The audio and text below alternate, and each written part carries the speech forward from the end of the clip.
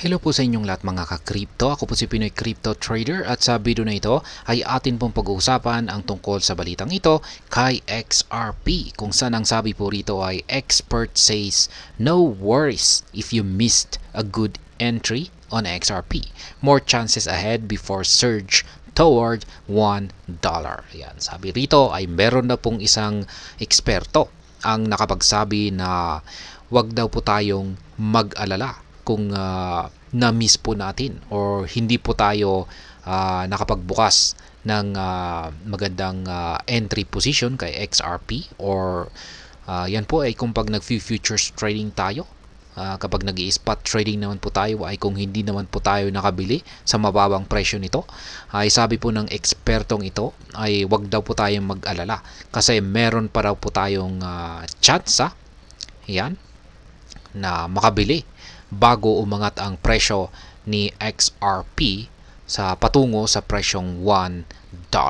Kaya ayan, bago po tayo magpatuloy ay nais ko lamang po munang bigyang linaw ang aking disclaimer kung saan ang nilalaman po ng video na ito ay hindi po ito isang financial advice. For education and information purposes lamang po ang layunin nito.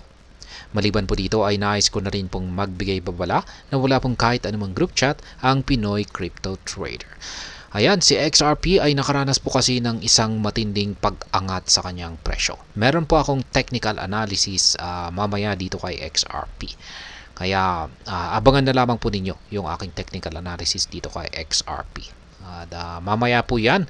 At ayan, ang masasabi ko ay maganda po yung kinita natin dito sa naging sa ipinakitang performance ni XRP nitong nakalipas na buwan na ito. Kaya ayan, sabi dito ay some prominent analysts believe XRP is on track to experience a temporary pullback before recording a more explosive price surge. Ayan, isa raw pong kilalang crypto analyst ang naniniwala na itong si XRP ay tinatahak niya ang daan or presyo kung saan ay makakaranas daw po muna siya ng temporary pullback. Kung pag sinabi po nating temporary pullback ay pansamantalang pagbagsak sa presyo. Ayan. Babagsak daw po muna yung presyo ni XRP at ito po yung ibibigay na pagkakataon ni XRP sa mga hindi po nakapasok sa mababang presyo ni XRP. Yan, at kung pag nangyari raw po yung pullback na ito ay dito na po, kapag natapos na ito ay dito na raw po sasabog ang market price ni XRP patungo sa presyong $1. Kaya ayan, ibig pong sabihin ay sa madaling salita ay yung temporary pullback na ito ay parang isang pagbuwelo ni XRP para akyatin ang mas mataas na presyo sa hinaharap. Kaya yan. This opinion is shared by market watchers Trader Fred and Crypto Ed, who have forecasted a short-term correction before an expected bullish surge. Kaya yan, yung opinion po na ito or isa po itong spekulasyon ay ibinahagi po ng mga kilalang market watchers na si Trader Fred at saka si Crypto Ed. Ayan, sila po ang nagbahagi ng kanilang short-term forecast dito. Yan, kung saan ay makakaranas daw po itong si XRP ng short-term correction bago ang inaasahan po na bullish surge or pagsabog sa presyo ni XRP sa hinaharap. XRP poised for a correction. Yan. Ibig sabihin ay naghahanda na raw po itong sa XRP na para sa isang correction. Trader Fred identified a significant resistance level at 0.70 or 70 cents that XRP has not yet tested. Kaya yan, nagawa daw pong tukuyin ni Trader Fred ang isang matinding resistance level sa presyong 70 cents or 0.70. At hindi pa raw po ito natitest or nasusubukan or napapakiramdaman ni XRP kung matibay po ito or hindi. Kaya Yan, his chart indicates several key support levels at 0.5711, 0.5408, 0.4983, and 0.4550. Kaya meron po siyang ibinahaging chart dito. At yan po yung mga support levels na kanyang ipinakita sa kanyang chart, suggesting that the price may decline to these levels before rebounding. Kaya yan, yung mga price level na ito ay ayon po kay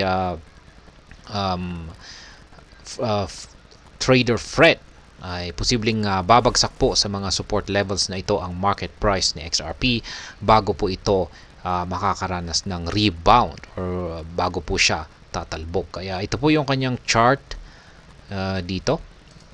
Ayan. Buksan po natin kasi masyadong malapit or masyadong malaki. Kaya ayan. Ganun din po. Kaya yan po yung kanyang chart dito. Ayan, ito yung mga support line po niya, kulay green yung ginagamit po niya rito. Baliktad po yung kanyang color coding sa ginagamit po nating color coding. Yung kulay red po yung kanyang resistance line dito. Ito po yung tinutukoy niya na hindi pa nasusubukang i-test ni XRP na resistance line, ang 0.7013. Pero nagawa po niya itong subukan nitong mga nakalipas na ayan, medyo ayan, hindi po pinakita kung anong time frame kasi ito. Ayan, daily chart time frame naman po pala. Ayan. Ngayon ay yung mga kulay green na horizontal lines dito ay mga support line po niya rito. Kaya ito po yung kanyang speculated. Yan, yung kulay red na yan na linya na ito na may arrow sign dito. Ito po yung kanyang speculated na magiging paggalaw ni XRP sa hinaharap. Ayon po sa kanya ay mukhang babagsak po itong si XRP dito sa support line na 0.5408. Bagya po siyang tatalbog rito at aangat dito sa support line na 0.5711. Pero kasunod po niyan ay isang mabilisang pagbagsak kung saan ay posible daw pong umabot hanggang dito sa pinakamababang support line na 0.4550. Pero pagkatapos po niyan ay yan, dito na po makaka-recover or magkakaroon ng rebound itong si XRP patungo sa presyong $1. Ayan.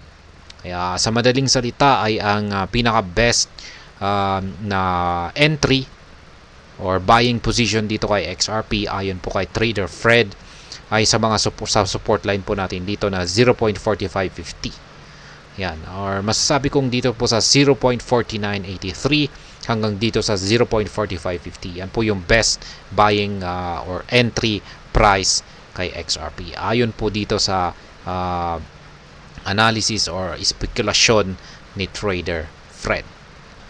Ayan pong muli yung kanyang chart dito. Ayan. Pagdating naman po sa aking analysis ay abangan na lamang po ninyo mamaya yung aking technical analysis dito kay XRP. Ayan, yan pong muli. Summary lamang po natin ay may mga analyst po ang nakapagsabi na may pagkakataon daw po may pagkakataon daw na pumasok sa mababang presyo dito kay XRP sapagkat makakaranas daw po muna ng isang correction. Yan, kung saan ay babagsak ang market price ni XRP bago po ito magpapatuloy sa kanyang sa kanyang pagtahak sa mas mataas na presyo patungong $1. At hanggang dito na lamang po tayo sa video na ito. Sana po ay inyong nagustuhan ang aking paliwanag sa video na ito. Kung inyo po itong nagustuhan, ay pakiclick lamang po ang like button nito. Para naman po sa mga bago lamang dito, kayo po ay aking inaanyayahan para mag-subscribe. Pakiclick na rin po ang bell icon nito dahil ito po ang siya magsisilbing notification nito sa mga bago kong videos na akin pong ina-upload sa aking YouTube channel na ito. Marami pong salamat sa panonood. Ingat po tayo lagi at God bless po sa ating lahat.